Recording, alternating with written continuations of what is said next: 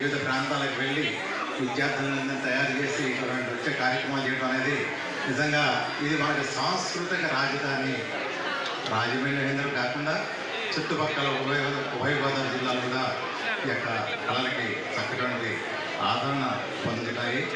అందరికీ మా మంత్రివర్యులు మాకు ఇచ్చినటువంటి ప్రోత్సాహం, వారు మా పట్ల చూపినటువంటి ఆదరణ, మాతో మాట్లాడిన ఆత్మీయత ఇవన్నీ కూడా మాకు చాలా ఆనందాన్ని కలిగిస్తాయి. అలాగే కూచిపూడి నాట్యం అంటే మన ఆంధ్రదేశంది. ఈ నాట్యం నేర్చుకున్న ప్రతి వాళ్ళు కూడా వాళ్ళకి ఎంతో ఉపయోగపడుతుంది కళ.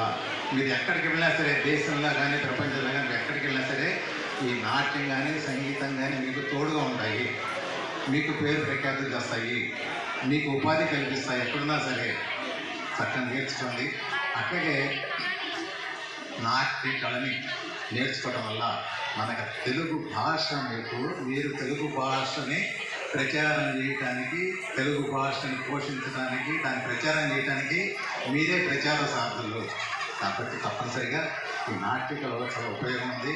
మీరు నేర్చుకుని మీరందరూ కూడా మంచి ఉద్యోగులు రావాలని, మా కోతల భవానీ గారు అనేక మంది విద్యార్థులు తయారు చేయాలని, అంటే ఇక్కడ ఇచ్చేసినటువంటి నాట్యాచులు అందరికీ కూడా నా యొక్క అభినందన తెలియజేస్తూ, పిల్లల్ని ప్రోత్సహిస్తున్న తల్లిదండ్రులకు నా యొక్క అభినందన తెలియజేస్తున్న అవకాశం ధన్యవాదాలు తెలియజేస్తాను. Thank you sir.